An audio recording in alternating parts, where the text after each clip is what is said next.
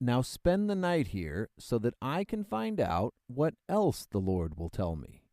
Danger, Will Robinson. Intruder alert. System compromised. What else the Lord will tell him? Balaam knows what God told him. Don't go. What else could God say? Now watch this one. When you know God's direction, but it's not what you wanted to hear, and you start asking for what else God might tell you, those are itching ears, and they're itching for trouble.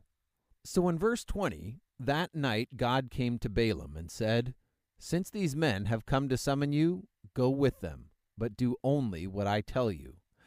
Now God says go. Did God change his mind? I don't know.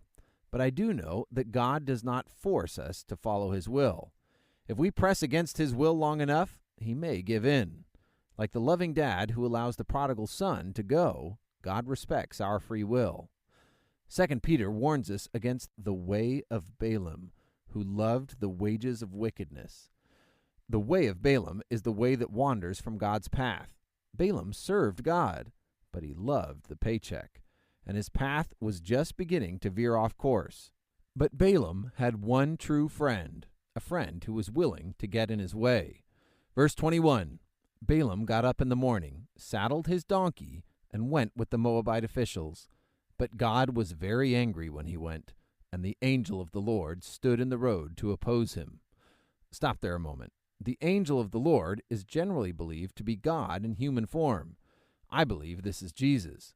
Balaam doesn't see him, but in verse 23, the donkey does, and the angel is standing in the road with a drawn sword in his hand.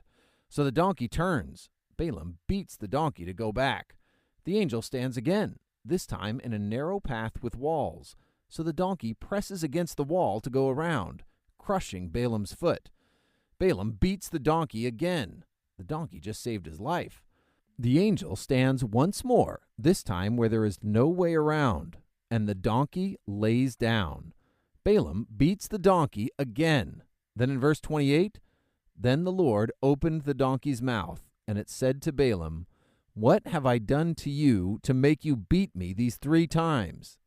Okay, pause the story. Do I really believe that God made a donkey speak? Yes, I believe it.